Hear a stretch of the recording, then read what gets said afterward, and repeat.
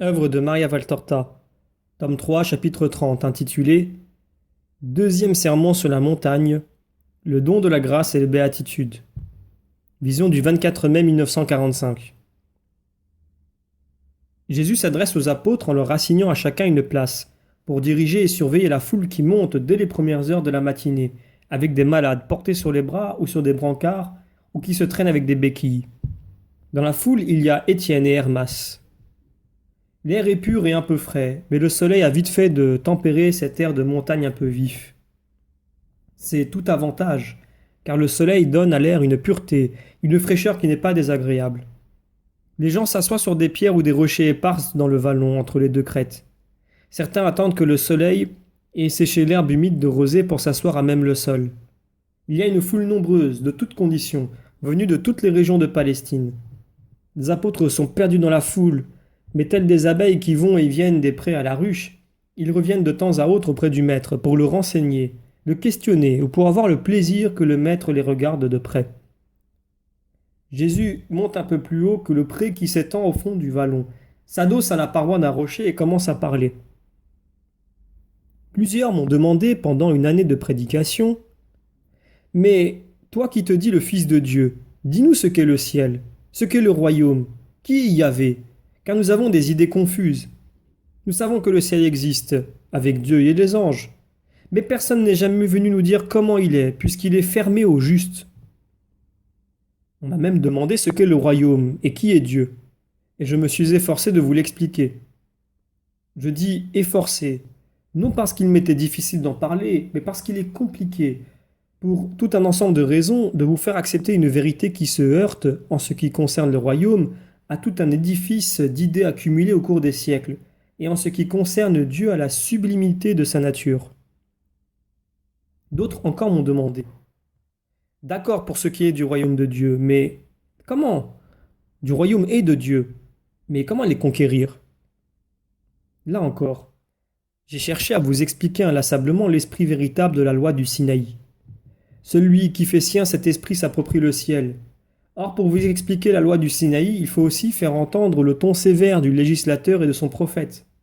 S'ils promettent des bénédictions à ceux qui l'observent, ils menacent de peines terribles et de malédictions ceux qui désobéissent.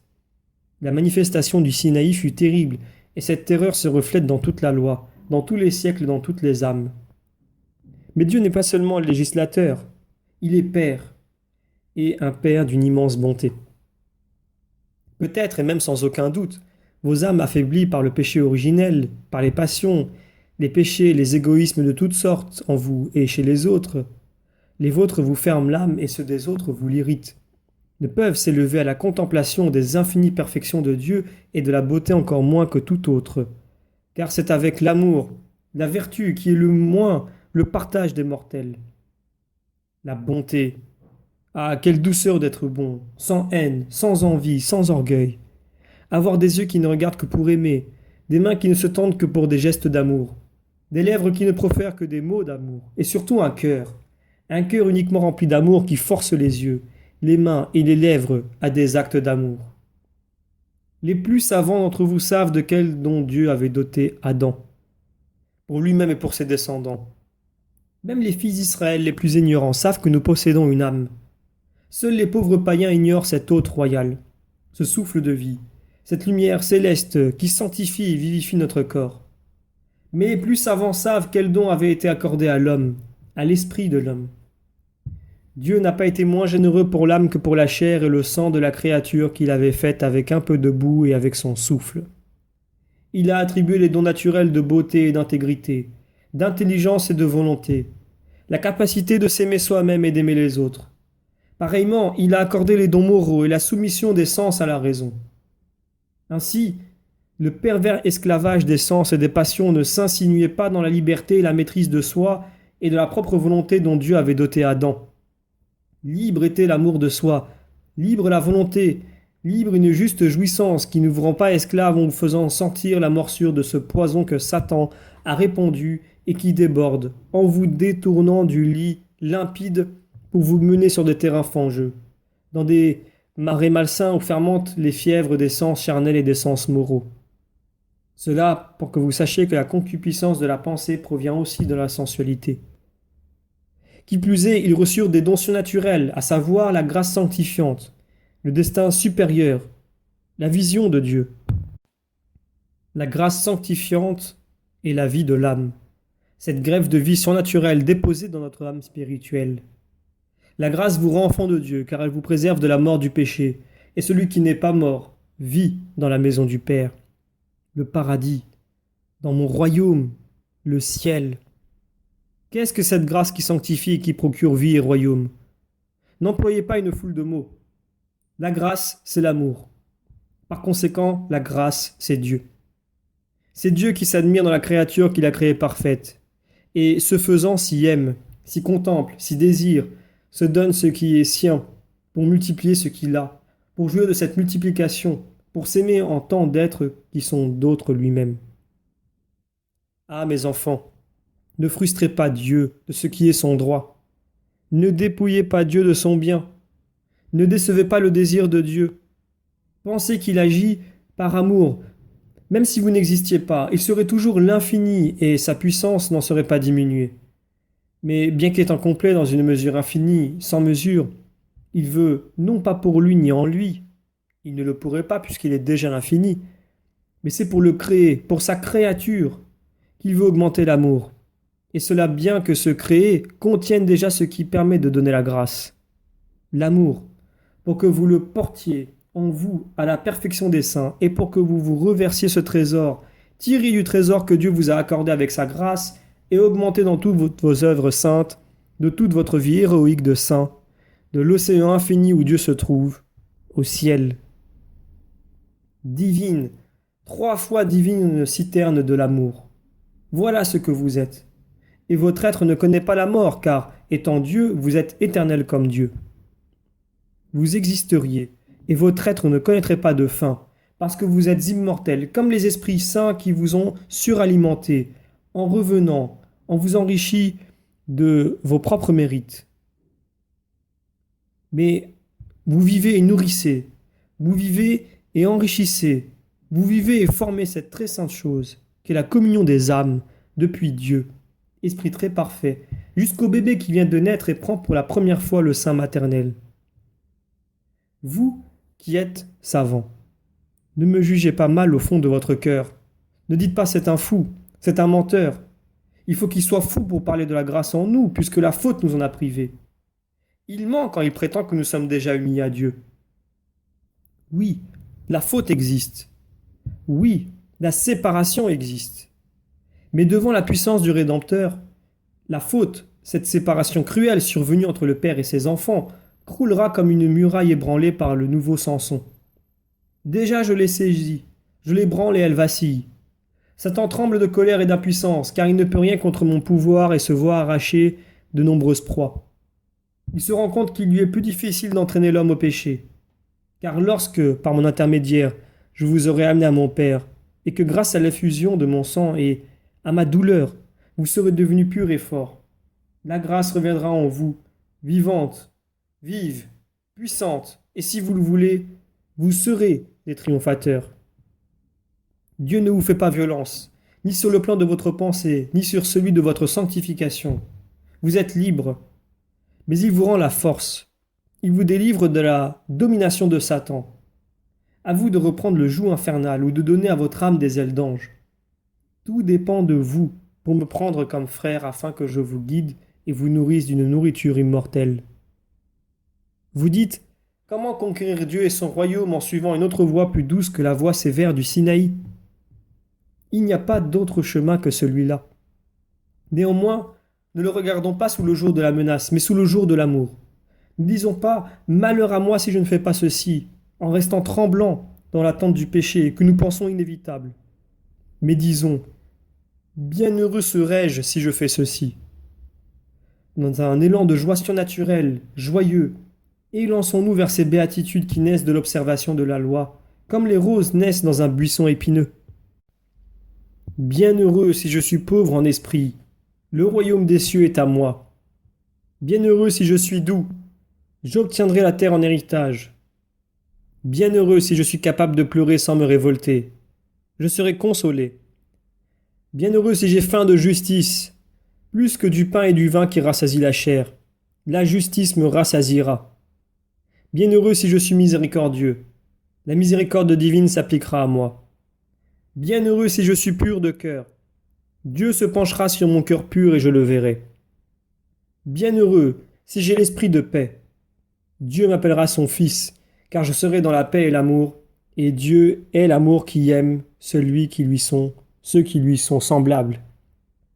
Bienheureux si, par fidélité à la justice, je suis persécuté, pour me dédommager des persécutions de la terre, Dieu, mon Père, me donnera le royaume des cieux. Bienheureux si je suis outragé, accusé à tort pour savoir être ton fils, ô Dieu.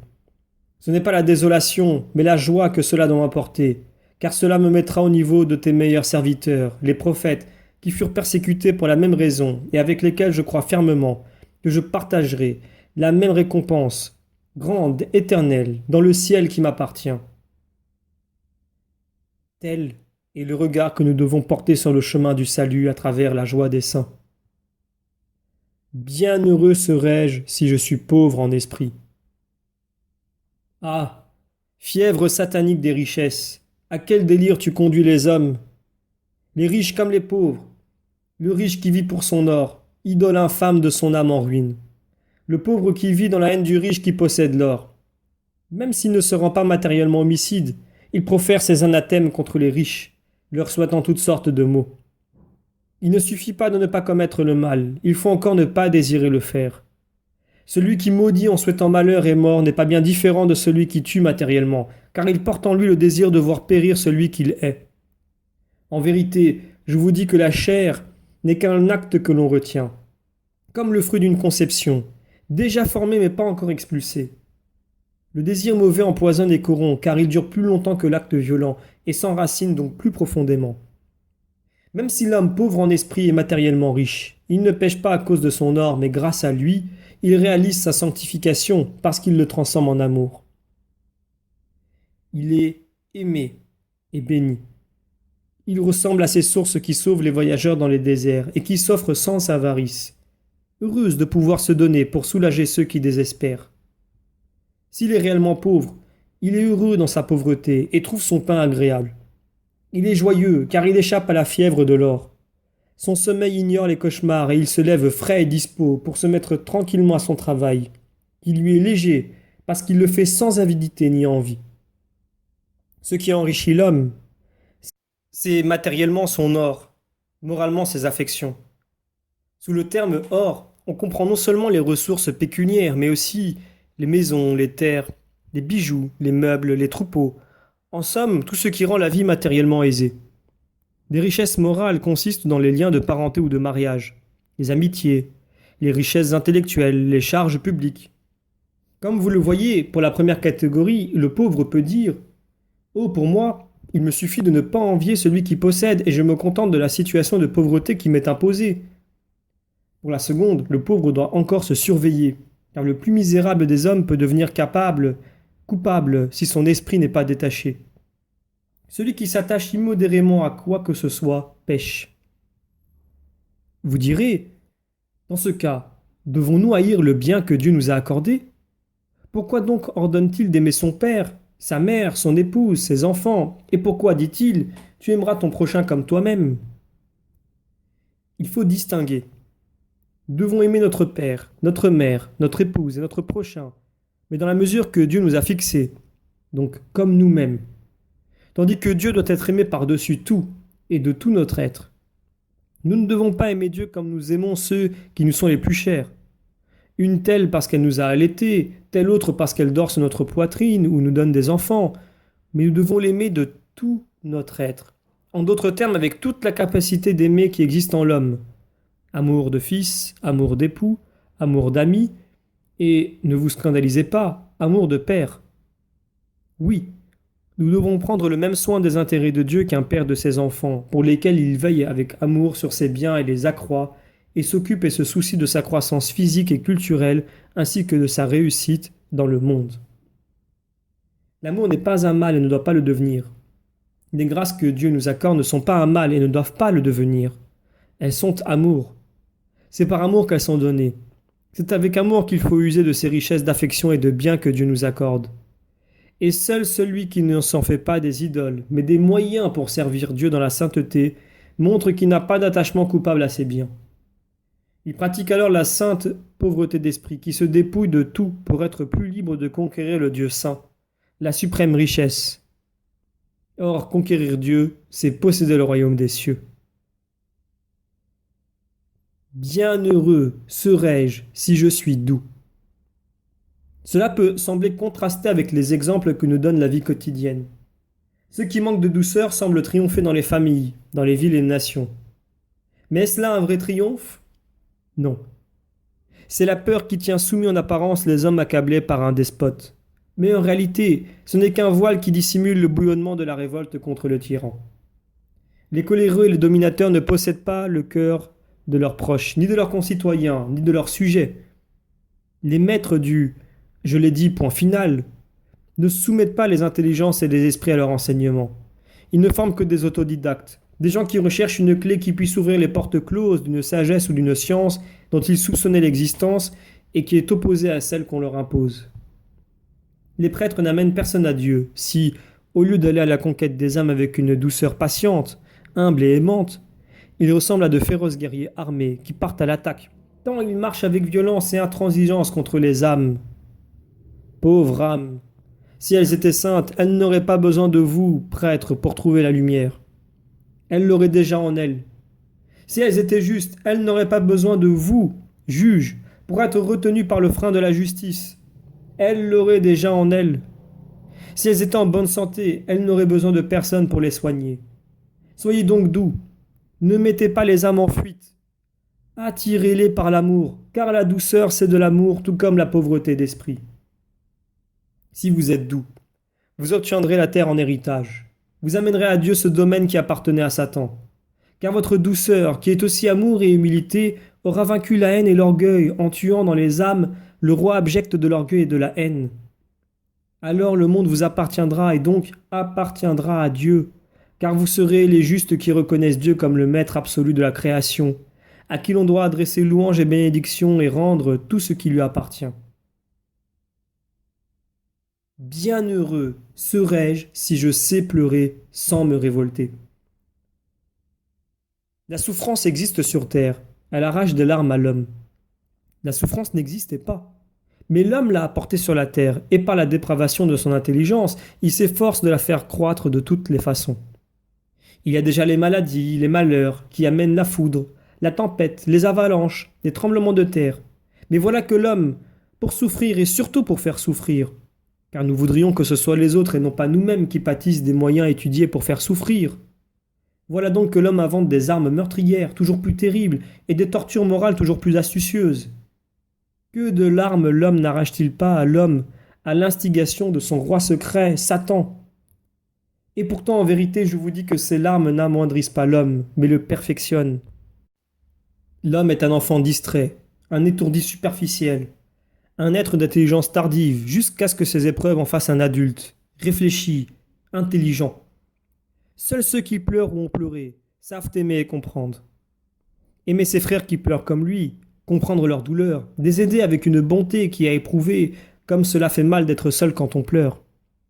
Et ils savent aimer Dieu car ils ont compris que tout est souffrance, excepté Dieu. Que la douleur s'apaise si on pleure sur le cœur de Dieu et que les larmes résignées qui ne détruisent pas la foi, qui ne rendent pas la prière aride et qui ne connaissent pas la révolte, changent de nature et cessent d'être douleur pour devenir consolation. Oui, ceux qui pleurent en aimant le Seigneur seront consolés. Bienheureux serais-je si j'ai faim et soif de justice. De sa naissance à sa mort, l'homme est avide de nourriture. Il ouvre la bouche à sa naissance pour prendre le sein. Il ouvre les lèvres pour absorber de quoi se restaurer dans les étreintes de l'agonie. Il travaille pour se nourrir. La terre est pour lui comme un sein gigantesque auquel il demande incessamment sa nourriture pour ceux qui meurent. Mais qu'est-ce que l'homme? Un animal? Non, c'est un fils de Dieu. En exil pendant des années plus ou moins nombreuses, mais sa vie n'est pas finie quand il change de demeure. Il y a une vie à l'intérieur de la vie, comme le cerneau dans une noix. Ce n'est pas la coque qui est la noix, mais c'est le cerneau intérieur. Si vous semez une coque de noix, rien ne pousse. Mais si vous semez la coque avec la pulpe, il naît un grand arbre. Ainsi en est-il de l'homme. Ce n'est pas la chair qui devient immortelle, mais l'âme. Et il faut la nourrir pour l'amener à l'immortalité à laquelle, par amour, elle peut amener la chair à la résurrection bienheureuse. La nourriture de l'âme, c'est la sagesse et la justice. On les absorbe comme un liquide et un mets fortifiant. Et plus on s'en nourrit, plus augmente